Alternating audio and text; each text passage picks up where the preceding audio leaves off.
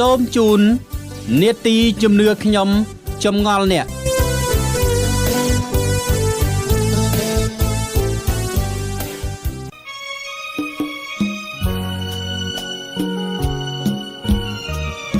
អ្នកជួបនឹងម្នាក់គេ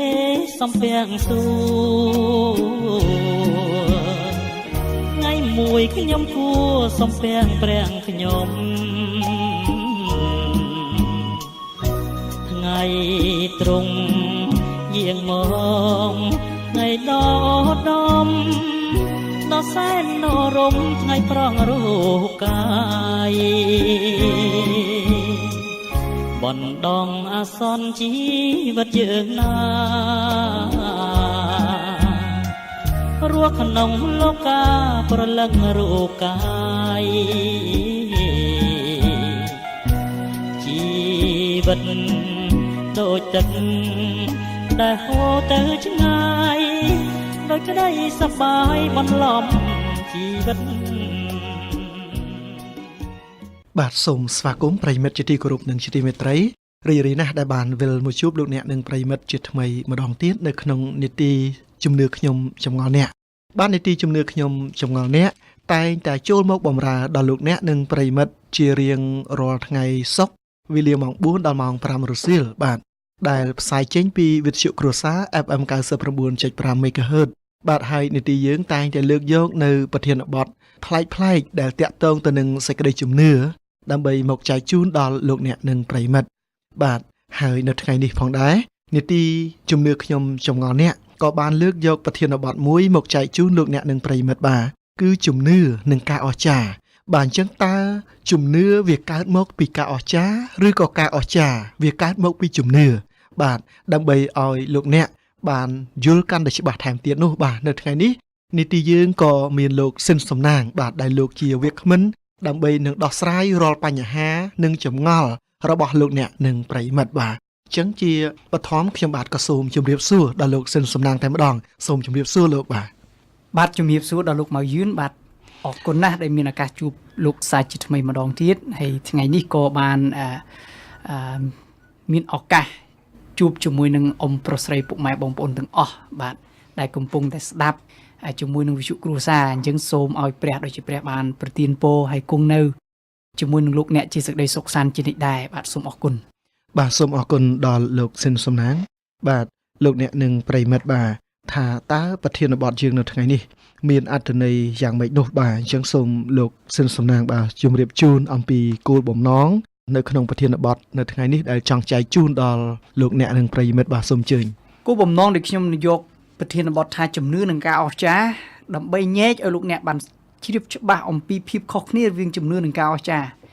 ហើយតើការអស្ចារ្យវាកើតពីជំនឿឬក៏ជំនឿកើតចេញពីការអស្ចារ្យទាំងអស់នេះ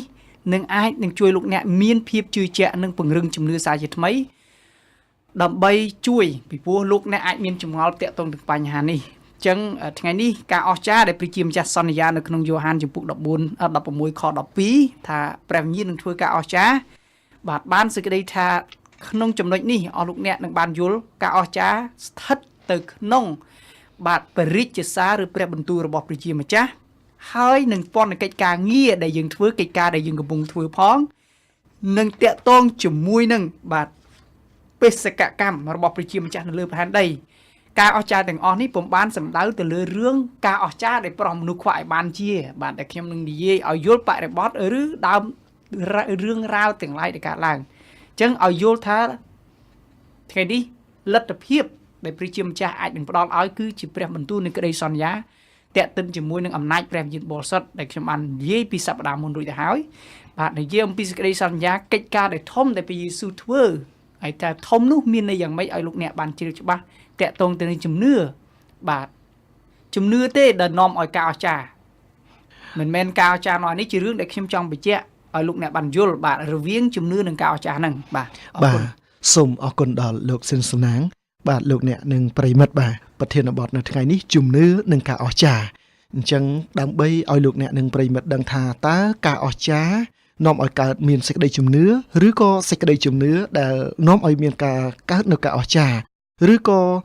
តើព្រះមានសេចក្តីសន្យាយ៉ាងម៉េចខ្លះនៅចំពោះការអស្ចារ្យនោះបាទ លោកអ្នកនឹងបានចូលរួមតាមដានស្ដាប់ជាមួយគ្នាបាទអញ្ចឹងសូមលោកអ្នកនឹងប្រិមិត្តរីជាមួយនឹងបទចម្រៀងមួយបទសិនបាទហើយយើងនឹងពិភាក្សានៅក្នុងប្រធានបទនេះបន្ទាប់ពីបទចម្រៀងហើយ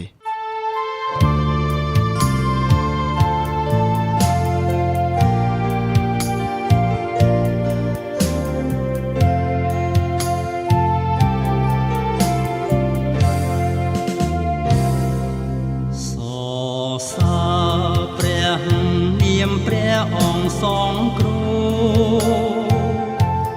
សរសើរព្រះនាមដ៏ផ្អែមពីរោះស្មោះចំពោះតែព្រះអង្គមួយចិត្តខ្ញុំលែងព្រួយទ្រង់មានព្រះអង្គបុត្រ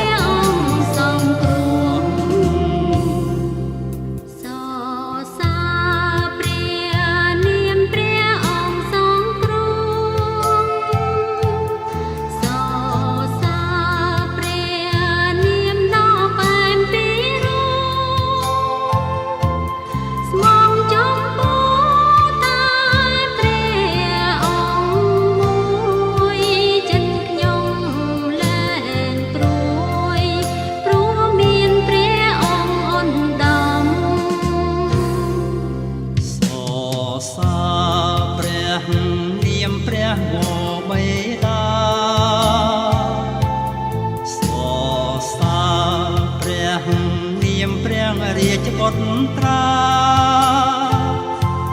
ព្រះវិញ្ញាណបរិសុទ្ធដឹកនាំទូលព្រះបង្គំគោរពកោតខ្លាចសរសើរព្រះអង្គសង្គ្រោះសរសើរព្រះនាមពីរោះសរសើរព្រះបណ្ដោរស់សរសើរព្រះអង្គសង្គ្រោះសរសើរ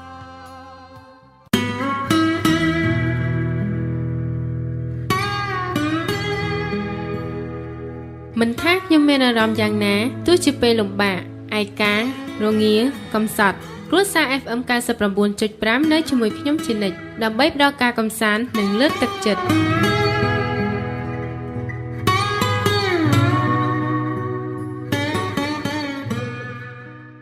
លោកនាងនិងប្រិយមិត្តអ្នកស្ដាប់ជាទីស្រឡាញ់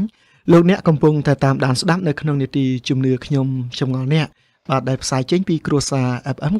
99.5 MHz បាទនៅក្នុងប្រធានបទជំនឿនិងការអស្ចារ្យបាទហើយនៅថ្ងៃនេះបាទលោកស៊ិនសំណាងលោកក៏បកស្រាយជូនដល់លោកអ្នកនិងប្រិយមិត្តបាទអំពីការអស្ចារ្យគឺកើតមកពីសេចក្តីជំនឿ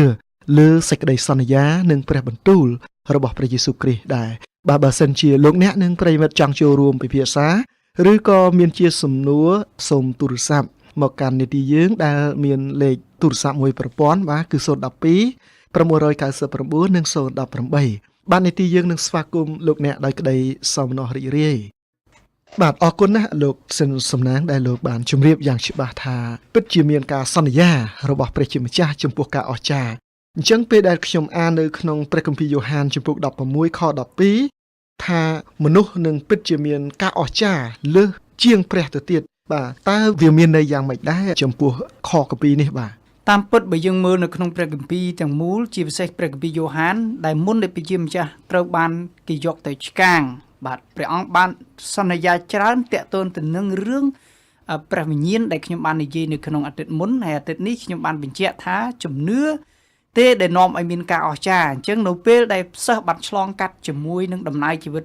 ក្នុងបេសកកម្មជីវិតរបស់ព្រះអង្គរួចមកសិស្សទាំងឡាយគេបានស្គាល់បាទសិស្សទាំងឡាយបានឃើញអំពីទស្សនវិជ្ជារឿងរ៉ាវថាព្រះអង្គជានរណាពីព្រោះព្រះអង្គធ្វើការអស្ចារ្យជាញឹកញយដូចជាអីព្រះអង្គធ្វើទឹកឲ្យទៅជាទំពាំងបាយជូរហើយរហូតដល់ព្រះអង្គជួបស្ត្រីសាសសាមារីបាទនេះជារឿងមួយដែលធ្វើការអស្ចារ្យដែរហើយរឿងជាច្រើនទៀតដែលឃើញថាការអស្ចារ្យមកដល់យ៉ូហានជំពូក6ក៏បានបង្ហាញអំពីព្រះអង្គមុននឹងចូលយ៉ូហានជំពូក16យើងឃើញថាមានកិច្ចការមួយគឺប្រុសមានន័យថាផ្ដល់មនុស្ស 5,000 អ្នកជាងដែលមានអាហារបរិភោគនៅក្នុងពេលវេលាដែលអត់មានអាហារគ្រប់គ្រាន់លក់នៅទីផ្សារបាទដូច្នេះយើងឃើញថាសិស្សដែលដើរជាមួយព្រះអង្គគេឆ្ងល់តើចង់ឲ្យព្រះយេស៊ូវបង្ហាញការអស្ចារ្យតតែមានជំនឿឬក៏តតែឃើញការអស្ចារ្យហើយទើបខ្ញុំជឿបាទរឿងនេះហើយបានជាព្រះជាម្ចាស់ដូចជាព្រះបានបញ្ជាក់គម្ពីរយ៉ូហានជំពូក16ខ12ថាខ្ញុំមានសេចក្តីមួយជាច្រើនទៀតដែលប្រាប់អ្នករាល់គ្នាឥឡូវអ្នករាល់គ្នាពុំអាចនឹងទទួលបានទេព្រះអង្គសន្យាថាខ13បើកាលណាព្រះអង្គនោះគឺជាព្រះវិញ្ញាណនៃសេចក្តីពិតបានមកដល់ត្បិតទ្រង់នឹងមានបន្ទូលមិនមែនដោយអាងព្រះអង្គទ្រង់ទេមិនមែនអាងព្រះយេស៊ូវទេឬក៏មិនមែនអាងដោយព្រះវិញ្ញាណនោះដែរគឺទ្រង់ត្បិតទ្រង់នឹងមានបន្ទូលចំពោះតែសេចក្តីណាដែលទ្រង់ឮនឹងមានបន្ទូលចំពោះសេចក្តីណាដែលនឹងសម្ដែងឲ្យអ្នករាល់គ្នាដឹងដែរបាទការនេះមួយបញ្ជាក់ថាការជឿលើការអស្ចារ្យមិនមែនជាអត្តភាពទេប៉ុន្តែជំនឿជឿលើភាពជាព្រះរបស់ព្រះជាម្ចាស់ព្រះយេស៊ូវនៅលើផែនដីនោះហើយគឺជាភាពឬជាអត្តភាពសំខាន់ទី1ដើម្បីបង្កើនជំនឿរបស់យើងឲ្យកាន់តែរឹងមាំទៅទៀតបាទបើការបង្កើនជំនឿឲ្យរឹងមាំលើសជាងនឹងការអស្ចារ្យដូចខ្ញុំបានបញ្ជាក់រឿង3ទី1ជួយកិច្ចការទាំងឡាយដែលយើងធ្វើហ្នឹងសេចក្តីសន្យាកិច្ចការរបស់ព្រះអង្កាលនោះព្រះអង្គធ្វើតិចតួចណាស់ប៉ុន្តែកិច្ចការរបស់ព្រះជាម្ចាស់នឹងធ្វើលើសជាងទៅទៀតឲ្យតែយើងមានជំនឿបាទហើយរឿងកិច្ចការមួយទៀតដែលសន្យាគឺស្ថិតនៅលើរឿងទូនាទីនិពន្ធកិច្ចបេសកកម្មរបស់ព្រះនៅសម័យកាលរបស់ព្រះអង្គកាលណាព្រះវិញ្ញាណបរិសុទ្ធសន្ធិដ្ឋរអ្នករាល់គ្នានោះអ្នករាល់គ្នានឹងមានបច្ចេស្តាព្រះអង្គសន្យាច្បាស់ណាស់តាក់ទងនឹងរឿងសន្យាព្រះវិញ្ញាណនៅពេលនេះពេលដែលព្រះអង្គនិយាយពាក្យនេះអត់ព្រះវិញ្ញាណអត់ទាន់មកដល់នៅឡើយទេដូច្នេះព្រះបិតាទ្រង់នឹងចាត់ព្រះវិញ្ញាណបរិសុទ្ធជាជំនួយនៅព្រះគម្ពីរកិច្ចការជំពូក2ខ3រ៉ូម8:9 កូរិនថូស12:13ខ្សែទី1ក៏បាននិយាយអំពីព្រះវិញ្ញាណជាជំនួយដើម្បីឲ្យយើងធ្វើកិច្ចការជាកម្លាំងជាជំនួយហើយឲ្យយើងអាចនឹងមានអំណាចរបស់ព្រះជាម្ចាស់ព្រះអង្គនឹងប្រទានដល់អ្នកដែលជឿហើយជំនឿនេះឯងនឹងនាំនឹងឃើញការអស្ចារ្យមិនមែនការអស្ចារ្យកើតចេញពីជំនឿទេដូច្នេះសិស្សភ័ន្តច្រឡំកន្លែងហ្នឹងពីព្រោះសូមបីតានីកូដេមចង់មករកព្រះអង្គបាទចង់ធ្វើការអស្ចារ្យសួរថាដើម្បីខ្ញុំបានកើតជាថ្មីនឹងធ្វើយ៉ាងម៉េចយ៉ាងហ៎ព្រះយេស៊ូវថាបើចង់កើតជាថ្មីត្រូវតែកើតដោយព្រះវិញ្ញាណប៉ុន្តែរឿងនេះព្រះអង្គសំដៅទៅលើការដែលពឹងលើអំណាចបច្ចេស្តានឹងព្រះវិញ្ញាណបរិសុទ្ធទើបនឹងការអស្ចារ្យវាកើតឡើងមិនមែនការអស្ចារ្យនាំឲ្យមានជំនឿទេ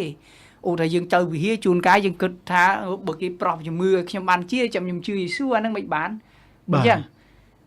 បើអញ្ចឹងវាបាត់សេចក្តីពិតបាត់ទៅហើយបានសេចក្តីថាព្រះជាម្ចាស់ដូចជាព្រះយើងមកលើផែនដីគោលបំណងទៅធំដើម្បីសម្ដែងឲ្យគេដឹងថាអំពើបាបមានយ៉ាងម៉េចហើយដើម្បីដឹងថាមានបាបលុះត្រាតែបញ្ហារបស់មនុស្សកំពុងតែកើតឡើងតាមរយៈជំងឺរោគគាជរាជឿស្ទះស្លាប់អីទាំងអស់ហ្នឹងហើយជាបញ្ហាបើព្រះអង្គរំលាយឬក៏ព្យាបាលឲ្យអស់មនុស្សលែងស្វែងរកព្រះហើយបាទអញ្ចឹងព្រះអង្គមិនបានព្យាបាលទាំងអស់ធ្វើការអស្ចារ្យទាំងអស់ដើម្បីបានសង្គ្រោះទេគោលបំណងធំគឺសង្គ្រោះពលឹងឲ្យបានជាដូច្នេះជឿលើភាពជាព្រះរបស់ព្រះនឹងការអស្ចារ្យ ជួយឲ្យយើងបានឃើញពីភាពជាក់ស្ដែងនៅក្នុងជីវិតយើងរស់នៅដែរជីវិតយើងរស់នៅពេលដែលយើងឃើញថាការអស្ចារ្យកើតឡើងវាស្ថិតនៅក្នុងជំនឿនាំឲ្យយើងឈានទៅរកការរីកចម្រើនការអស្ចារ្យវាមិនមែនជាការបំពេញបំណងដែលយើងត្រូវការមកពេលទេជំនឿទេដែលនាំឲ្យយើងរស់នៅពេញមួយជីវិតបើអត់មានការអស្ចារ្យថ្ងៃនេះខ្ញុំនៅតែមានជំនឿដែរដោយអេភេសូចំពោះ2ខ20ឲ្យយើងទៅបន្តបាទដំណើរជីវិតបាទប៉ុន្តែបើយើងពឹងទៅលើការអស្ចារ្យហើយស្រាប់តែជំនឿយើងរំពឹងការអស្ចារ្យហើយអត់មានថ្ងៃអស្ចារ្យផងថ្ងៃក្រោយព្រះអង្គអព្យាបាលអធិដ្ឋានប្រហែលឆ្នាំហើយលែងជឿព្រះអាហ្នឹងបានយើងជំនឿយើងទៅជាជំនឿគ្រោះថ្នាក់សរុបមកវិញគឺថាលើសឬក៏ការដែលព្រះជាម្ចាស់នឹងធ្វើលើសគឺចង់បញ្ជាក់ថាគឺជឿលើភាពជាព្រះរបស់ព្រះជាម្ចាស់ហើយការនោះឯងវាអាចនឹងបង្កើនជំនឿដែលយើងទុកចិត្តលើព្រះថ្មីត្បិតតែវត្តមានព្រះអង្គអត់នៅតែព្រះអង្គប្រទានព្រះញាណឲ្យនៅយើងអាចនឹងទុកចិត្តទាំងស្រុងថាព្រះមិនមែនជាព្រះដែលភូតកុហកទេព្រះវិញ្ញាណនឹងជួយយើងទួងវល់គ្រប់ទាំងថ្ងៃឲ្យយើងពឹងអាងថាពិតជាមានព្រះមែនឥឡូវយើងមើលលេងឃើញព្រះយេស៊ូវហើយប៉ុន្តែអ្នកដែលធ្វើបន្តឲ្យយើងនៅជាជឿព្រះយេស៊ូវនោះគឺព្រះវិញ្ញាណបាទសូមអរគុណបាទសូមអរគុណដល់លោកសិនសំណាងបាទលោកនាងនិងប្រិយមិត្តអ្នកស្ដាប់ជាទីមេត្រីបាទលោកសិនសំណាងលោកជម្រាបជូនបាទថាការអស្ចារ្យនោះគឺកើតមកពីសេចក្តីជំនឿរបស់យើងមិនមែនជំនឿកើតមកពីការអស្ចារ្យនោះទេបាទហើយការដែលយើងជឿយើងទុកចិត្តដល់ការសន្យារបស់ព្រះទោះបីនៅពេលនេះមិនទាន់មានការអស្ចារ្យនៅក្នុងជីវិតរបស់យើងប៉ុន្តែយើងនៅតែមានសេចក្តីជំនឿដដែលដូច្នេះសេចក្តីជំនឿនេះហើយព្រះអង្គនឹងសន្យាហើយយើងនឹងមានការអស្ចារ្យពិតប្រាកដមែនបាទអរគុណណាស់អញ្ចឹងសូមលោកបំភ្លឺជូនដល់លោកអ្នកនិងប្រិយមិត្តបាទនៅពេលដែលព្រះបានប្រទានការអស្ចារ្យដល់យើងម្នាក់តាមរយៈសេចក្តីជំនឿរបស់យើងតើការទាំងនោះវាមានគោលបំណងអ្វីខ្លះដល់អ្នកដែលជឿព្រះយេស៊ូវគ្រីស្ទកាលនៅសម័យនោះបាទមានមនុស្សជាមិនតិចទេដែលចង់ដើរតាមព្រះអង្គព្រោះនៅពេលដែលខ្លាចជាសិស្សយេស៊ូវហ្នឹងគេហាក់ដូចជាសប្បាយចិត្តគេមោទនភាពហើយពីព្រោះព្រះមិនខុសអីគេជឿថានៅមេអរិយគេច្រឡំហើយពីព្រោះគិតថាព្រះអង្គធ្វើការអស្ចារ្យមិននឹកស្មានដល់ព្រោះជឿមើលរបស់ដែលមិនធ្វើមិនកើតព្រះអង្គធ្វើកើតគេយល់ថាព្រះអង្គជាមិនមែនគ្រាន់តែជាព្រះឬជាមេធ្មប់អីចឹងណាអានេះជាបញ្ហាភ័ន្តច្រឡំទាំងស្រុងប៉ុន្តែរឿងដែលអ្នកដែលមិនភ័ន្តច្រឡំគឺសិស្សដែលនៅក្បែរព្រះអង្គនៅក្បែរនឹងបានជាសិស្សមានមោទនភាពជ្រុលបើកាលណាគេខ្លាចជាសិស្សយេស៊ូវគេយល់ថាជាសិស្សដែលអាចនឹងឃើញការអស្ចារ្យធ្វើការអស្ចារ្យដូចយេស៊ូវដែរនឹងថ្ងៃណាមួយខ្លួននឹងអាចត្រូវបានគេសរសើរឬក៏លើកដំកើងឬមោទនភាពជាពពោះខ្លួនអាចនឹងធ្វើការអស្ចារ្យប៉ុន្តែត្រូវចាំគោលបំណងព្រះមិនមែនបង្កើតការអស្ចារ្យដើម្បីឲ្យមនុស្សគ្រាន់តែជឿទេបាទមិនគ្រាន់តែជឿលើការអស្ចារ្យប៉ុណ្ណឹងគោលបំណងទៅធំរបស់ព្រះឲ្យមនុស្សបានសង្គ្រោះហើយឲ្យវិញ្ញាណរបស់គេបានកែប្រែជានេះជាមួយព្រះអង្គមិនមែនដើម្បីបង្កើតការអស្ចារ្យដោះស្រាយបញ្ហាតែផ្លូវរូបកាយទេអញ្ចឹងហ៎អូដែលយើងនាំគ្នាឈឺជំងឺអីអាហ្នឹងបញ្ហារូបកាយដែរគោលបំណងធំរបស់ព្រះមិនមែនរឿងរូបកាយទេរឿងវិញ្ញាណដែលយើងវង្វេងយើងគ្មានសន្តិភាពយើងបះបោរប្រឆាំងយើងធ្លាក់នរកអញ្ចឹងមួយគោលបំណងគឺដើម្បីតេស្តជំនឿអស់អ្នកដែលស្គាល់ព្រះជាម្ចាស់ឲ្យដឹងអំពីជំនឿថាតើគេកំពុងជឿការអស្ចារ្យឬក៏កំពុងតែជឿលើជំនឿដែលព្រះសម្ដែងការអស្ចារ្យគេជឿលើនិយាយចំដូចជារបស់ដែលស្ដែងចេញឬក៏ជឿលើអ្នកដែលបង្កើតដូច្នេះទីសម្គាល់ដែលយើងមើលដូចជារឿងចុងក្រោយនៅក្នុងជំពូក6ខជាងគម្ពីរយ៉ូហានដែលខ្ញុំចាំបាននិយាយអំពីទីសម្គាល់ទី4ដែលនិយាយពីរឿងនំប៉័ង5ដុំត្រី2ដែលជួយមនុស្សជាច្រើនពាន់នាក់បាទថា 5000 ទៅចុះបាទហេតុអីបានព្រះជាម្ចាស់បង្កើតការអស្ចារ្យមុននឹង 5000 នេះគឺព្រះអង្គធ្វើការអស្ចារ្យជាច្រើនរួចមកហើយដែលសិស្សព្រះអង្គត្រូវរៀនប៉ុន្តែរឿងមួយដែលយើងរៀនបានព្រះអង្គចង់ឲ្យគេចាំពីចំណុចដែលគេបានស្គាល់ពីជីវិតពីព្រោះការអស្ចារ្យកើតមិនមែនគ្រាន់តែបំពេញតម្រូវការប៉ុន្តែឲ្យគេនឹកចាំពីហេតុការណ៍មុនបាទព្រោះរឿងនេះជាហេតុការណ៍ទី4នៅពេលដែលព្រះជាម្ចាស់ធ្វើការអស្ចារ្យ5នំប៉័ង5ដុំត្រី2ហើយដោយត្រូវចាំថាសាសដតីនៅម្ដុំហ្នឹងគឺគេម្នាក់មិនជឿគេច្រើនណាស់គេចាំមើលការអស្ចារ្យរបស់ព្រះអញ្ចឹងហ៎មនុស្សអត់ឃ្លានជាច្រើនណាស់ដែលមករកព្រះអង្គគេដើរតាមបាក់ ទាំងវងមករកពីជាម្ចាស់ប៉ុន្តែគោលបំណងព្រះអង្គមិនមែនគ្រាន់តែឲ្យអាហារមកពេលតែប៉ុណ្្នឹងទេគោលបំណងដ៏ធំគឺអ្វីដែលព្រះអង្គផ្ដោតគឺសិស្សដើម្បីរៀនបានអំពីការចាប់អារម្មណ៍នៅសេចក្តីត្រូវការខាងឯវិញ្ញាណរបស់អ្នកដែលគេមិនជឿហើយមួយទៀតឲ្យគេស្គាល់ដែរអំពីការប្រោះឲ្យជាតាមរយៈសេចក្តីបង្រៀនរបស់ព្រះជាម្ចាស់នៅក្នុងព្រះគម្ពីរយ៉ូហានចំពុក4ព្រះអង្គនិយាយយ៉ាងច្បាស់តាក់ទងរឿងសិស្សសួរថាតើខ្ញុំខ្វាក់មកពីកំណើតអានឹងមកពីឪពុកម្ដាយឬយ៉ាងម៉េចពីយេស៊ូវថាមិនមែនទេឃើញអត់បាទបងថាអត់រឿងហ្នឹងឲ្យមានតាក់ទងទេប៉ុន្តែរឿងទាំងអស់នេះកើតមកដើម្បីថ្វាយសាររឿងដល់ព្រះបើសិនជាយល់ថាទុកលំបាកទាំងឡាយគឺជាបញ្ហាដែលនាំឲ្យយើងខ្វះជំនឿបាត់ជំនឿ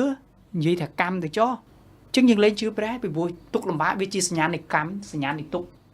បាទអញ្ចឹងព្រះជាម្ចាស់បង្ហាញថាទុកវាជាសញ្ញានៃកម្មជាអំពើបាបប៉ុន្តែគោលបំណងរបស់ព្រះជាម្ចាស់ឲ្យបង្រៀនមនុស្សទូស្គាល់ការពិតថាយើងមានបាបបាទឃើញទេគឺព្រះអង្គប្រាប់ហើយថារឿងខ្វាក់វាជាបញ្ហារបស់មនុស្សអ្នកឯងឥឡូវខ្វាក់ទៅចុះតែសំខាន់ជីវិតអ្នកឯងរស់នៅរឿងមួយដែលអ្នកឯងត្រូវទទួលស្គាល់គឺព្រលឹងវិញ្ញាណឯងត្រូវតាមសួរមិនសំខាន់អ្នកឯងខ្វាក់ឲ្យរស់ជីវិតមកពេលទៅគិតរឿងវែងឆ្ងាយពីជីវិតដែលត្រូវព្រួយបារម្ភដូចនេះព្រះជាម្ចាស់ពងឲ្យគេចងចាំសេចក្តីបង្រៀនដែលព្រះអង្គប្រាប់ថាម៉េចមុនមកដល់នេះព្រះអង្គថាម៉េចបិទព្រះទ្រង់ស្រឡាញ់លោកយ៉ូហាន 3:16 បាទ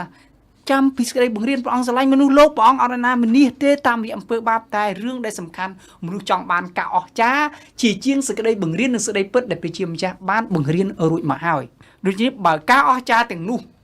មានប្រយោជន៍ដល់ជំនឿអញ្ចឹងសូមអស់លោកអ្នកចាំថាជំនឿមិនមែនជាតម្រូវការដែលកើតចេញពីការអស្ចារ្យទេបាទតែជំនឿដែលជឿទៅលើភាពជាព្រះនិងសេចក្តីបង្រៀនព្រះអង្គទេទើបយើងទុកចិត្តសេចក្តីសន្យាហើយសេចក្តីសន្យានេះនឹងពង្រឹងជំនឿយើងរឹងរឹងមាំហើយការអស្ចារ្យវាផ្សារភ្ជាប់ជាមួយព្រះបន្ទូលដែលព្រះវិញ្ញាណនឹងធ្វើតាមរយៈព្រះបន្ទូលរបស់ព្រះបាទអញ្ចឹងមានប៉ុណ្ណឹងសូមអរគុណបាទសូមអរគុណដល់លោកស៊ិនសំណាងបាទសូមអនុញ្ញាតសម្រាប់មកផ្លែតសិនបាទសូមលោកអ្នកនិងប្រិមិត្តរីកំសាន្តជាមួយនឹងបទចម្រៀងមួយបទសិនបាទ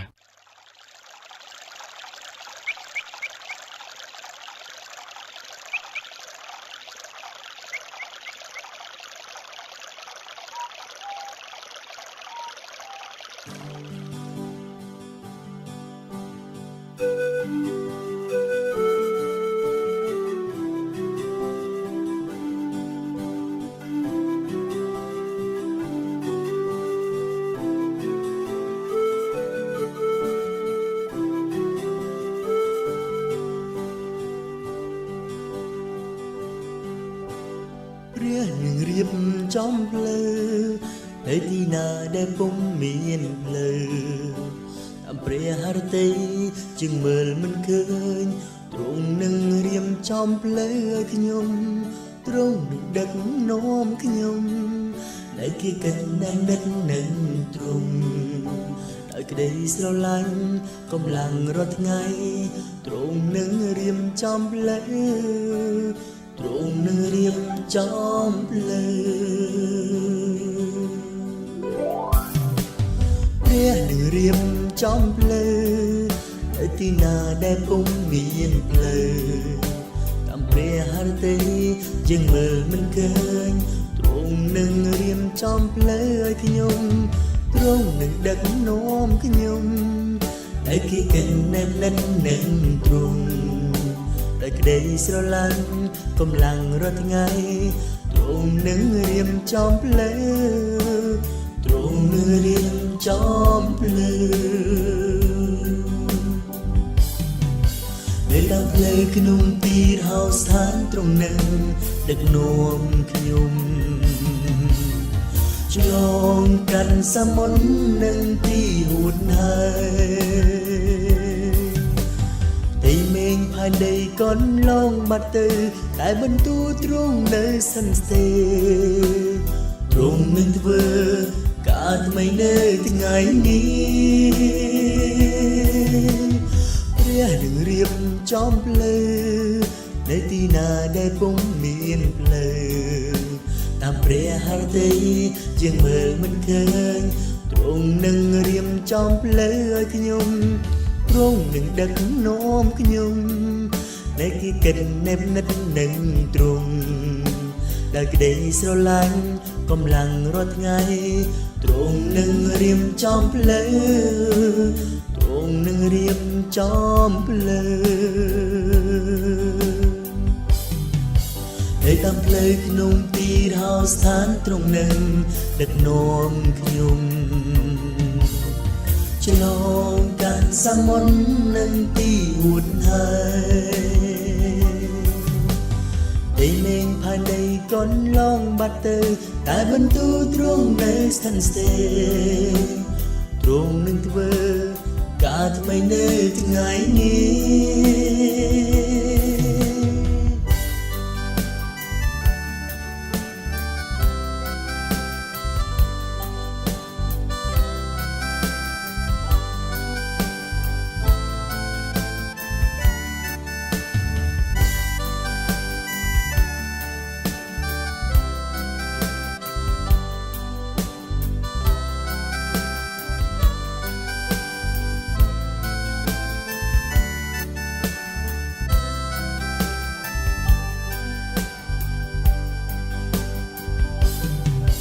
ในตามเพลงขนมตีเท้าสถานตรงหนึ่ง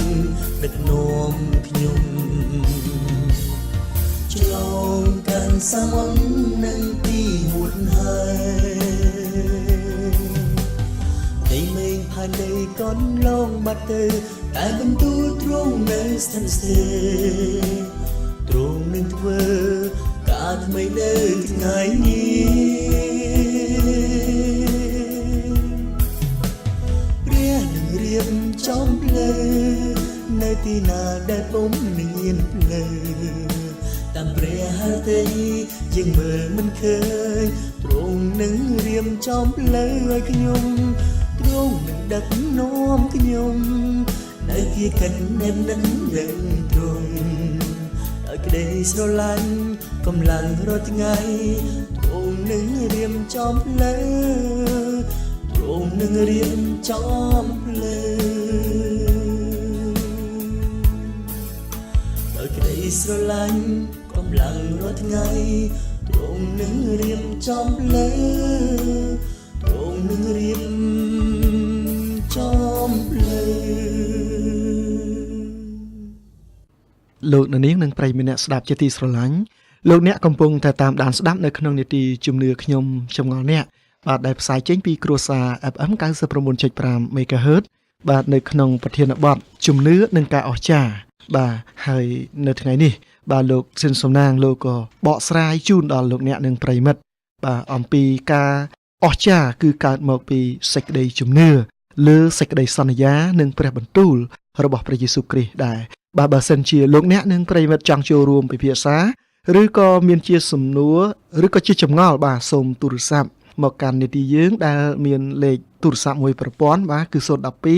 999និង018បាទនីតិយើងនឹងស្វាគមន៍លោកអ្នកដោយក្តីសោមនស្សរីករាយបាទអរគុណណាស់អញ្ចឹងជាបន្តទៀតនេះបាទយើងក៏បន្តពិភាក្សានៅក្នុងប្រធានបទរបស់យើងបន្តទៅទៀតបាទលោកស៊ិនសំណាងបាទលោកជម្រាបជូនឲ្យថាយើងពិតជាមានការអស្ចារ្យដោយសារតែសេចក្តីជំនឿរបស់យើងទៅលើព្រះបន្ទូលសន្យារបស់ព្រះយេស៊ូវគ្រីស្ទបាទមិនមែនជឿទៅលើការអស្ចារ្យឬក៏បានទទួលការអស្ចារ្យឲ្យទើបយើងទទួលជឿនោះទេបាទអញ្ចឹងសូមលោកជម្រាបជូនដល់លោកអ្នកនិងប្រិយមិត្តថាបើការអស្ចារ្យទាំងនោះវាពិតជាកើតមានមែនតើវាមានផលប្រយោជន៍អ្វីខ្លះដល់អ្នកជឿហើយអ្នកខ្លះដែលគាត់បានទទួលជឿព្រះហើយបើគាត់ឃើញការអស្ចារ្យហើយទើបគាត់ជឿតើការនោះវាយ៉ាងម៉េចដែរបាទជាការពិតយើងត្រូវឃើញថារៀនឆ្លុះបញ្ចាំងតាមរយៈសំណួរនេះខ្ញុំចង់សូមបញ្ជាក់ថាសិស្សរបស់ព្រះអង្គដែលដើរជាមួយព្រះអង្គហ្នឹងការអស្ចារ្យកើតឡើងបាទទី1នោះគឺខ្ញុំបញ្ជាក់ម្ដងទៀតគឺបដូរទឹកឲ្យទៅជាទំពាំងបាយជូរហើយឯការអស្ចារ្យទី2នោះគឺព្យាបាលកូនរបស់នីតិហ៊ានម្នាក់យើងនិយាយឲ្យស្រួលយល់ទៅចោះបាទកូនរបស់មន្ត្រីមួយឲ្យបានជាហើយការអស្ចារ្យទី3នោះគឺព្យាបាលបរិសុទ្ធដែលពិការបាទពិការពីកំណើតហើយការអស្ចារ្យទី4ដែលខ្ញុំបាននិយាយគឺផ្ដល់អាហារមនុស្ស 5000 នាក់បាទនៅលើភ្នំបាទខ្វះម្ហូបអាហារព្រោះមនុស្ស បាក់ទៅរកព្រះអង្គគេជឿថាព្រះអង្គជាអ្នកដែលបង្កើតការអស្ចារ្យគេទៅរកព្រះអង្គគឺដើម្បីការអស្ចារ្យតែគោលបំណងព្រះមិនមែនឲ្យគេជឿតាមរយៈការអស្ចារ្យទេ បាទ អញ្ចឹងបានជានៅក្នុងការអស្ចារ្យទី5ដែលខ្ញុំចង់បញ្ជាក់គឺការអស្ចារ្យដែលដើរជាមួយព្រះយេស៊ូវក្រោយពេលដែល 5000 នាក់ព្រះអង្គចាប់ផ្ដើមតេស្តជំនឿរបស់សិស្សដែលឲ្យគេជិះទូកទម្ងន់ហើយព្រះអង្គចាប់ផ្ដើមធ្វើដំណើរនៅលើទឹក បាទ ហើយធ្វើដំណើរលើទឹកនេះឯងគឺជាការអស្ចារ្យទី5ដែលព្រះអង្គកំពុងតេស្តជំនឿការអស្ចារ្យមិនមែនគ្រាន់តែបំពេញបំណងចិត្តដល់មនុស្សប៉ុន្តែគឺជាការតេស្តជំនឿអញ្ចឹងគោលបំណងរបស់ព្រះជាម្ចាស់គឺសាកល្បងជំនឿរបស់សិស្សតើសិស្សជឿដោយព្រោះតែការអស្ចារ្យឬក៏សិស្សជឿដោយព្រោះតែគ្រប់ទាំងព្រះបន្ទូលដែលស្ដែងចេញថាព្រះអង្គជាភាពមានភាពជាព្រះដែលត្រូវជឿ បាទ ដូច្នេះទី1គឺព្រះអង្គជាម្ចាស់ដោយជាព្រះតេស្តសាកល្បងជំនឿពួកគេតែជំនឿគេឆ្លងកាត់បញ្ហាកន្លងមកយ៉ាងម៉េចអញ្ចឹងហ៎ដូចជារឿងទៅទិញនំប៉័ងអញ្ចឹងព្រះអង្គប្រាប់ថាអ្នកឯងមិនជឿឃើញការថ្មីដែលខ្ញុំបានធ្វើទេបាទអញ្ចឹងមើលនៅក្នុងដៃមានអីឃើញព្រះអង្គតេស្តមើលនៅក្នុងដៃមានអីមាននំប៉័ងមានអីសិស្សថាអូយឲ្យទៅទិញម្ហូបនៅណាកដាវាលងាកស្មើហ្នឹងហើយទៅទិញនៅណាកើតអញ្ចឹងព្រះអង្គថាបើមានអីក្នុងដៃទៅអញ្ចឹងបានម្នាក់ចាប់ដើមសម្លឹងមើលថាតើពេលកំពុងតែមានបញ្ហាយើងសម្លឹងទៅលើជំនឿឬក៏សម្លឹងទៅលើបញ្ហាដែលយើងកំពុងជឿទៅលើការអស្ចារ្យ បាទ ជួនកាលមនុស្សយើងដូចគ្នាដែរលោកអ្នកដែលគាត់កំពុងជឿព្រះគាត់ពេលកំពុងតែជឿព្រះគាត់មានជំនឿប៉ុន្តែជំនឿគាត់អាចជឿលើព្រះជាម្ចាស់ដែលព្រះធ្វើការអស្ចារ្យក្នុងជីវិតគាត់ពីមុនមកទេ បាទ ប៉ុន្តែគាត់ជឿទៅលើការអស្ចារ្យបើសិនជាព្រះនឹងធ្វើការអស្ចារ្យឲ្យគាត់បានជាឥឡូវហ្នឹងគាត់នឹងមានជំនឿរឹងមាំទៅទៀតផែនការព្រះមិនមែនគ្រាន់តែឲ្យយើងជឿដើម្បីបំពេញតម្រូវការខាងសាច់ឈាមទេ បាទ ជឿទៅលើជីវិតដែលនៅអកលជានិច្ចចឹងសាកល្បងគេនៅក្នុងបញ្ហាដូចជាលោកភីលីបចឹងទៅរកលុយសួរថាឥឡូវទៅទិញឯណាលុយអត់គ្រប់គ្រាន់ផងនឹងមិនបញ្ហាដែរ បាទ បាទព្រោះការអស្ចារ្យនៅលើភ្នំមានលុយឯណាទៅទិញព្រោះមនុស្សមកកំលុះហ្នឹងព្រះយេស៊ូវថាហាអ្នកឯងបាត់ជំនឿអស់ហើយឃើញអត់បងថាបាត់ចឹងព្រះអង្គបរៀនសិស្សព្រះអង្គតេស្តជំនឿទៅក្នុងបញ្ហាអ្នកឯងជឿទៅលើការអស្ចារ្យឬក៏អ្នកឯងទៅជឿលើគ្រប់ទាំងអ្វីដែលព្រះបានធ្វើភាពជាព្រះរបស់ព្រះតែព្រះអាចធ្វើកើតបាទបង្រៀនយើងដែរដូចជាអនរ៉េសិស្សរបស់ព្រះអង្គបើគាត់មើលគាត់ឃើញបញ្ហាជាដំណោះស្រាយគាត់ត្រូវដឹងថាគាត់រៀនយ៉ាងម៉េចគាត់ទុកចិត្តព្រះព្រោះនឹកចាំពីអ្វីដែលព្រះបានធ្វើអញ្ចឹងព្រះអង្គជាដំណោះស្រាយនៅអ្វីៗទាំងអស់អញ្ចឹងព្រះអង្គតេស្តលបងជំនឿរបស់គេក្នុងពេលបញ្ហាហើយព្រះអង្គក៏សាកល្បងរបស់គេដើម្បីឲ្យគេស្គាល់ព្រះឲ្យកាន់តែច្បាស់ឡើង បាទ ការអស្ចារ្យមិនមែនគឺជាលក្ខខណ្ឌដែលគេត្រូវជឿព្រះទេព្រះអង្គចង់បង្រៀនសិស្សឲ្យគេទៅដំណើរទៅមុខដើម្បីឲ្យគេស្គាល់ព្រះស្ថានភាពមិនល្អនៅក្នុងជីវិតវាអាចកើតឡើងច្រើនប៉ុន្តែត្រូវចាំថារឿងលំបាកលំបិនទុក្ខសោករលកជីវិតបក់បោកដូចជាព្រះអង្គដើរនៅលើទូកអញ្ចឹងណា បាទ ព្រោះពេលហ្នឹងមិនទៅជួបស្ថានភាពត្រោះសម្លឹងភ័យអញ្ចឹងរឿងទាំងអស់ពងរៀនជំនឿតើនៅឥឡូវនេះឯងជឿមិនជឿខ្ញុំជាព្រះឬក៏អ្នកឯងជឿគ្រាន់តែទៅការអស្ចារ្យទេ បាទ ព្រោះការអស្ចារ្យថ្ងៃណាមួយនឹងបាត់ជំនឿប៉ុន្តែបើជឿភាពជាព្រះព្រះអង្គនៅតែនៅក្នុងជីវិតជាមួយអ្នករាល់គ្នាអញ្ចឹងព្រះអង្គតេស្តស្ថានភាពហើយគេភ័យគេលែងទុកចិត្តព្រះហើយក្រោយមកបាទព្រះក៏អាចនឹងរងាប់សេចក្តីភ័យខ្លាចតាមរយៈដែលគេស្គាល់ព្រះជាម្ចាស់ដែលមិនទុកចិត្តទៅលើការអស្ចារ្យតែទុកចិត្តទៅភាពជាព្រះពេលនោះមិនពេទ្រោះហើយចង់ចុះទៅលើទូកឃើញអត់ បាទ ព្រះអង្គឲ្យបើសិនព្រះអង្គជាព្រះខ្ញុំដើរទៅរកព្រះអង្គផងវាសិតតែជឿរឿងការអស្ចារ្យវាជាពេលវេលាដែលត្រូវបង្រៀនយើងឲ្យស្គាល់អំពីថាតើទ្រង់ជាព្រះដែលអាចនឹងដើរលើទឹកបានឬក៏ព្រះដែលគ្រាន់តែឲ្យការអស្ចារ្យឬក៏ជាព្រះដែលម្ចាស់ផ្ទៃមេឃផែនដី បាទ អានេះបង្រៀនយើងដូចនេះឆ្លុះបញ្ចាំងពីជីវិតយើងដែលយើងជឿព្រះលោកអ្នកបងប្អូនហើយខ្ញុំសូមឲ្យយើងទាំងអស់គ្នាប្រកបដោយជំនឿកុំបាក់ទឹកចិត្តនៅពេលដែលយើងអត់ទាន់ឃើញការអស្ចារ្យនៅក្នុងជីវិត បាទ ហើយក៏កុំឲ្យជំនឿយើងដាក់លក្ខខណ្ឌចំពោះព្រះថាចាំឃើញការអស្ចារ្យចាំខ្ញុំជឿព្រះ បាទ ពេលណាដែលព្រះព្យាបាលជំងឺខ្ញុំចាំខ្ញុំជឿព្រះ បាទ ពេលណាដែលព្រះជាម្ចាស់ប្រទានពរចាំខ្ញុំជឿព្រះ បាទ ពេលណាព្រះអង្គផ្ដល់អីមួយដែលជាទីកប់ចិត្តដល់ខ្ញុំទើបខ្ញុំដឹងថាព្រះអង្គជាព្រះពិតមែនជំនឿនេះគឺជាជំនឿដែលមិនអាចជួយឲ្យយើងស្គាល់ព្រះភាពជាព្រះដែលអស្ចារ្យនៅក្នុងជីវិតទេដូច្នេះសូមឲ្យយើងបែរមកវិញថាការអស្ចារ្យកើតឡើងជំនឿដែលកើតចេញពីការអស្ចារ្យ គឺជាជំនឿដែលអាចនឹងបាត់បង់នឹងសាប់រលាប បាទ ជំនឿដែលកើតចេញពីការទុកចិត្តនិងសកម្មភាពជីវិតនិងភាពជាព្រះរបស់ព្រះអង្គជាជំនឿដែលយើងរៀនបានពីជីវិតដែលព្រះបានធ្វើការក្នុងជីវិតយើង បាទ ធំបីមួយជីវិតយើងអត់ឃើញការអស្ចារ្យប៉ុន្តែយើងនៅតែជឿព្រះជំនឿនេះនឹងសង្គ្រោះព្រលឹងយើងប៉ុន្តែថ្ងៃណាមួយបើយើងរំពឹងឃើញការអស្ចារ្យ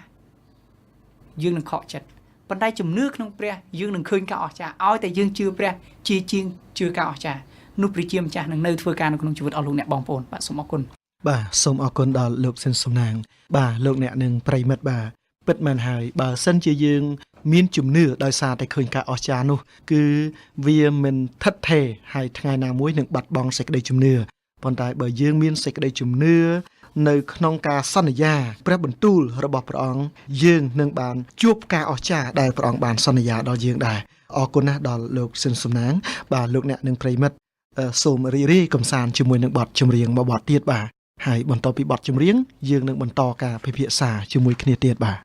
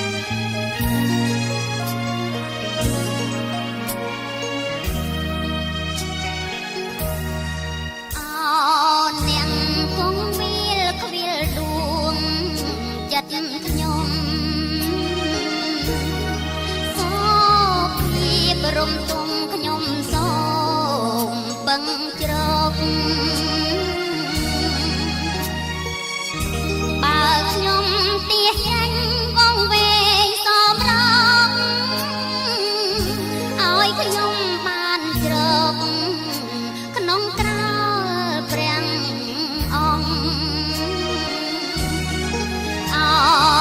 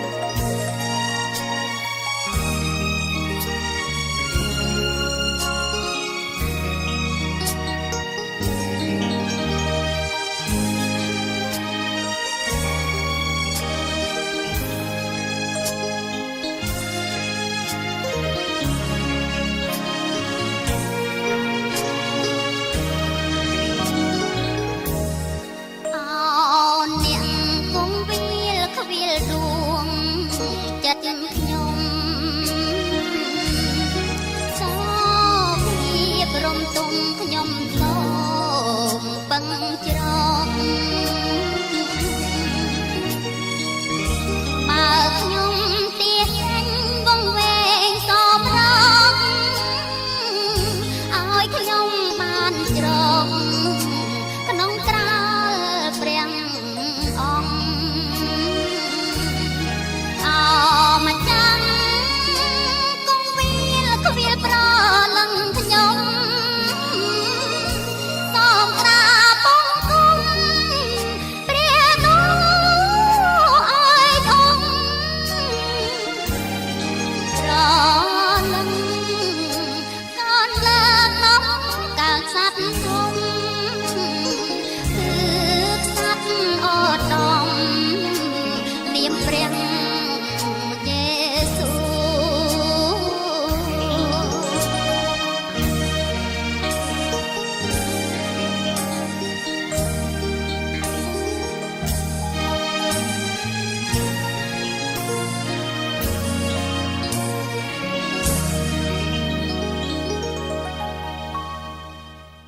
លោកអ្នកនាងនិងប្រិយមិត្តអ្នកស្ដាប់ជាទីស្រឡាញ់បាទលោកអ្នកនាងកំពុងតែតាមដានស្ដាប់នៅក្នុងនីតិជំនឿខ្ញុំចម្ងល់អ្នកបាទដែលផ្សាយចេញពីគ្រួសារ FM 99.5 MHz បាទនៅក្នុងប្រធានបទជំនឿនិងការអស្ចារ្យហើយបើសិនជាលោកអ្នកនិងប្រិយមិត្តចង់ចូលរួមពិភាក្សាឬក៏មានជាសំណួរឬក៏មានជាចម្ងល់បាទអាចទូរស័ព្ទមកកាន់នីតិយើងនៅលេខទូរស័ព្ទមួយប្រព័ន្ធបាទគឺ012 999និង018បាទនីតិយើងនឹងស្វាគមន៍ដល់លោកអ្នកនិងប្រិយមិត្តបាទយើងបានពិភាក្សាគ្នាអស់ជិតរយៈពេល1ម៉ោងទៅហើយបាទហើយពេលវេលាក៏ឃើញថាខើចណាស់ដែរបាទអញ្ចឹងក៏សូមលោកសិនសំណាងបាទជម្រាបជូនដល់លោកអ្នកនិងប្រិយមិត្តថាតើក្នុងសេចក្តីជំនឿរបស់យើងសពថ្ងៃធ្វើយ៉ាងម៉េចកុំឲ្យជំនឿរបស់យើងភ័ន្តច្រឡំជាមួយនឹងការអស្ចារ្យបាទសូមអញ្ជើញ ដើម្បីកុំឲ្យភ័ន្តច្រឡំជាមួយនឹងការអស្ចារ្យលុះត្រាតែយើងរៀនស្គាល់ព្រះបាទយើងទនេយើងអានគម្ពីរហើយបើសិនជាមានចម្ងល់យើងទៅសួរគ្រូគង្វាលបាទយើងកុំទៅជាជំនឿដែលសង្ស័យបើលោកអ្នកត្រូវអានគម្ពីរត្រូវដឹងថាព្រះជាម្ចាស់ពិតជាមានមែនមិនជាព្រះជាម្ចាស់ដែលគ្រាន់តែមកនៅពេលដែលយើងត្រូវការទេព្រះអង្គនៅជាមួយយើងរាល់ពេលព្រះវិញ្ញាណនឹងទូអង្វរហើយនឹងធ្វើការទំនាក់ទំនង24ម៉ោងដូច្នេះសូមរំលឹកខ្លួនឯងពីជំនឿដែលព្រះជាម្ចាស់នៅក្នុងជីវិតបាទជីវិតយើងជាកន្លែងដែលព្រះជាម្ចាស់គង់នៅប្រៀបដូចជាភ្នំស៊ីណាយដែលព្រះអង្គធ្វើការនៅក្នុងជីវិត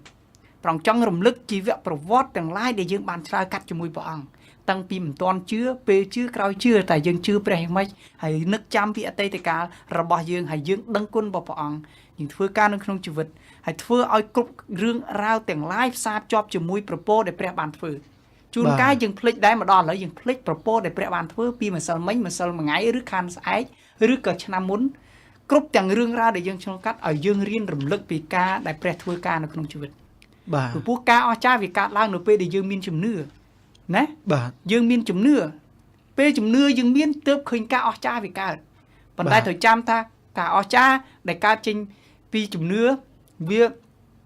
វាជារឿងដែលជួយយើងដែរប៉ុន្តែកុំយកជំនឿសង្ឃឹមទៅលើការអស្ចារ្យដូច្នេះយើងត្រូវរំលឹកពីប្រវត្តិទាំងឡាយដែលព្រះបានធ្វើដល់យើងដូចជាយើងសួរថាតើព្រះជាម្ចាស់ដូចជាព្រះបានប្រទានអ្វីដល់ខ្ញុំហើយព្រះអង្គកំពុងតែលបងជីវិតខ្ញុំបែបណាបាទរឿងទាំងអស់នេះខ្ញុំត្រូវឆ្លើយតបទៅនឹងស្ថានភាពជីវិតបែបម៉េចតម្រេះបញ្ញាដែលខ្ញុំកំពុងស្ថានភាពឧបសគ្គក្នុងជីវិតនេះមុននឹងឃើញការអស្ចារ្យព្រះអង្គបង្រៀនអីតាមរយៈទុក្ខលំបាកគឺជាឱកាសតេស្តជំនឿនៅក្នុងការរស់នៅដែលខុសប្លែកពីលោកីរស់តាមរបៀបដែលគេគិតទូទៅប៉ុន្តែនៅក្នុងផ្លូវព្រះគឺជាផ្លូវចង្អៀតដែលរស់ដែលខុសប្លែកយើងត្រូវគិតនៅក្នុងកម្រិតដែលជាជំនឿដែលទៀមទាមិនមែនសម្លឹងនៅឃើញតែនំប៉័ងទេសម្លឹងមើលឃើញការអស្ចារ្យដែលព្រះធ្វើទៅតាមដែលព្រះអង្គអាចនឹងធ្វើនំប៉័ងកើតព្រះអង្គជាព្រះធ្វើកើតចឹងត្រូវចាំថាមិនបើព្រះអត់បានធ្វើការអស្ចារ្យថ្ងៃនេះបាទនៅថ្ងៃស្អែកទៀតខានស្អែកទៀតដល់ពេលវេលាដែលយើងមានជំនឿគ្រប់គ្រាន់នឹងរងចាំនឹងការអស្ចារ្យប៉ុន្តែកុំរំពឹងការអស្ចារ្យដើម្បីឲ្យយើងមានជំនឿអានេះជារឿងបើមិនដូច្នោះលោកអ្នកនឹងមានបញ្ហាចំពោះជំនឿលោកអ្នកហើយអ្នកដាក់លក្ខយើងប្រកាសជាដាក់លក្ខខណ្ឌនេះសូមឲ្យយើងរំលឹកពីប្រវត្តិដែលព្រះអង្គជាអ្នកគង្វាលល្អ មិនព្រះអង្គជាព្រះតែប៉ុណ្ណឹងព្រះអង្គថែប្រវត្តិសាស្ត្រទាំងឡាយដែលព្រះអង្គយាងមកមិនមែនគ្រាន់តែធ្វើជាព្រះព្រះអង្គជាអ្នកកង្វាលលួងលោមថែទាំបោះកង្អែលនៅការពារជាមួយយើងបីបាច់ថ្នាក់ថ្នមហើយចង់ឲ្យយើងដឹងគ្រប់ហេតុការណ៍ជីវិតឲ្យដឹងគុណព្រះអង្គគ្រប់ពេលតែព្រះមានគុណយើងអញ្ចឹងបានគ្រីស្ទបរិស័ទយើងអរគុណព្រះអង្គពីព្រោះព្រះមិនមែនជាព្រះដែលនៅឆ្ងាយពីយើងទេព្រះអង្គនៅគ្រប់កន្លែង24ម៉ោងព្រះអង្គនៅក្បែរយើងនៅជាមួយយើងបាទនិយាយថានៅក្បែរព្រះអង្គធំណាស់បាទនៅជាមួយយើងព្រោះយើងនៅក្នុងព្រះអង្គព្រោះព្រះអង្គធំណាស់បាទដូចខ្ញុំព្រះអង្គជ្រាបគ្រប់ទាំងឡាយដែលយើងត្រូវរៀនពីលក្ខណៈព្រះអង្គមិនជាព្រះដែលត្រូវចោះមកមួយឆ្នាំម្ដងឬក៏មកយ៉ាងណាយើងអត់ដឹងទេតែសូមឲ្យយើងរំលឹកអំពីការដែលព្រះជាម្ចាស់បានធ្វើក្នុងសម័យកាលដែលព្រះជាម្ចាស់ដឹកនាំព្រះអង្គជាអ្នកដឹកនាំដែលអាចឲ្យយើងបាទរស់នៅដោយសុខសាន្តត្រានប៉ុន្តែការអស្ចារ្យមិនមែនជាបំណងមហាទេដ៏ធំរបស់ព្រះហើយសូមកុំឲ្យយើងអស់សង្ឃឹមចំពោះជំងឺ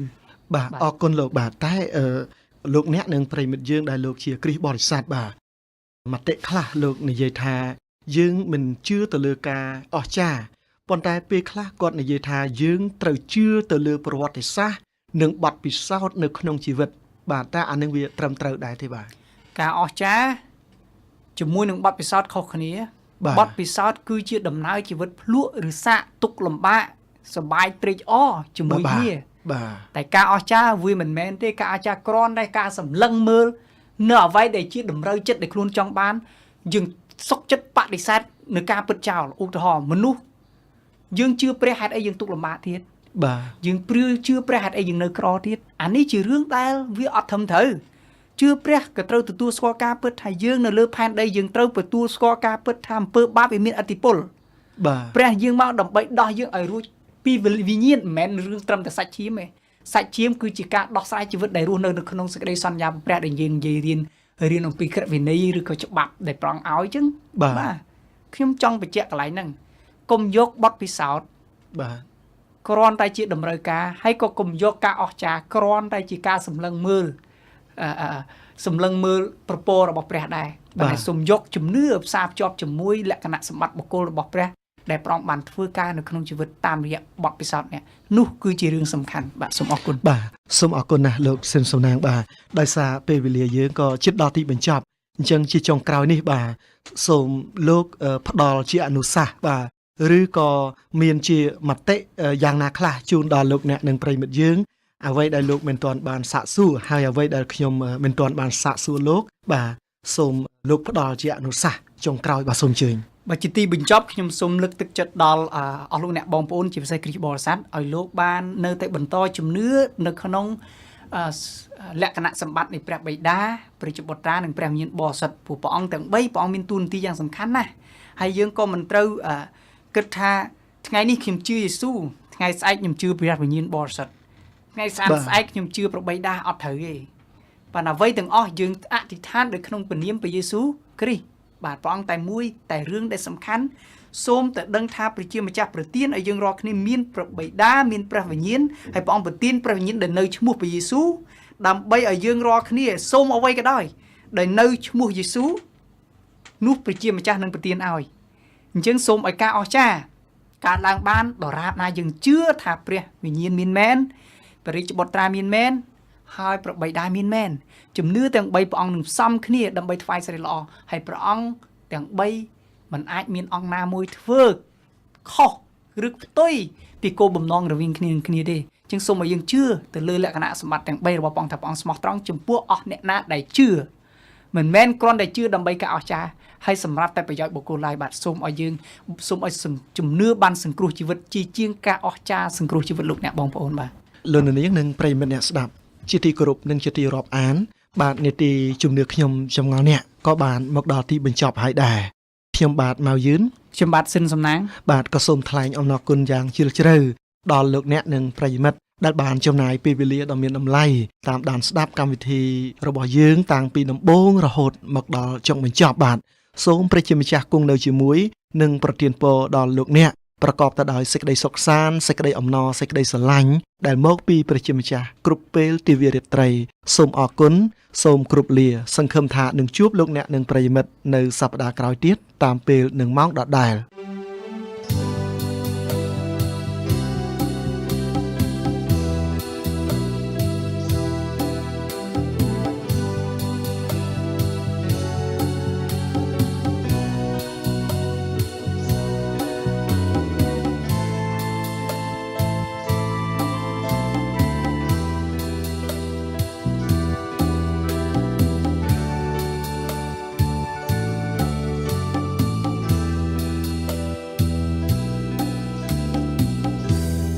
ខ្ញុំ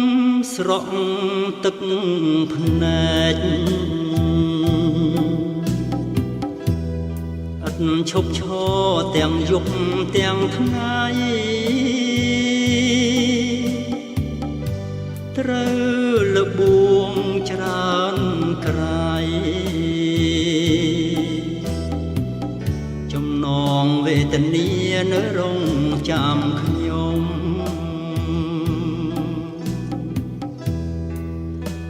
ទ្រង់ជាព្រះដ៏កំសាន្តចិត្តទ្រង់ចិត្តស្និទ្ធថ្នាក់ថ្នមបំបីមិនអោយទាស់ចិត្តបន្តិចឡើយគឺទ្រង់ហើយជួយផ្ដល់កម្លាំងគឺទ្រង់ហើយជួយផ្ដល់កម្លាំងពេលមានទុក្ខព្រួយអ្នកណាជួយបំភ្លឺចិត្តខ្ញុំអើយផុតក្រៀមក្រំអើយប្រលឹងបានធូររសាយ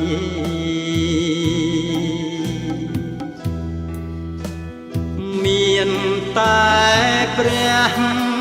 ដ៏កំសាន្តចិត្តទ្រង់ចិត្តស្និទ្ធថ្នាក់ថ្នមបំបីមិនអោយទាស់ចិត្តបន្តិចឡើយបន្ទូលឆ្លើយប្រាប់យើងយ៉ាងច្បាស់បន្ទូលឆ្លើយប្រាប់យើងយ៉ាងច្បាស់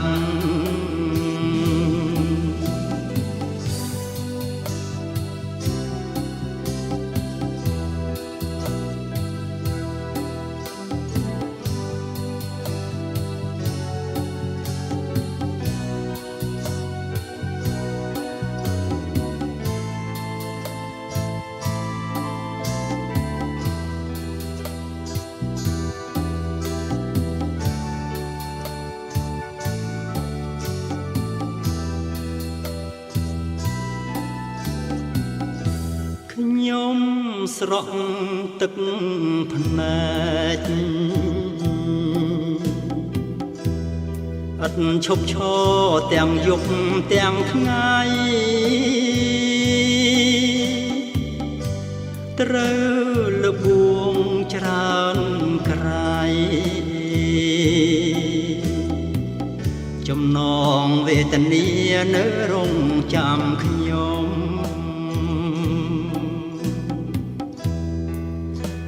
ទ្រង់ជាព្រះដ៏កំសាន្តចិត្តទ្រង់ចិត្តស្និទ្ធថ្នាក់ថ្នមបំបីមិនអោយទាស់ចិត្តបន្តិចឡើយគឺទ្រង់ហើយជួយផ្ដល់កម្លាំងគឺទ្រង់ហើយជួយផ្ដល់កម្លាំងពេលមានទុក្ខព្រួយអ្នកណាជួយបំភ្លឺចិត្តខ្ញុំអើយផុតក្រៀមក្រំអើយប្រលឹងបានធូររសាយ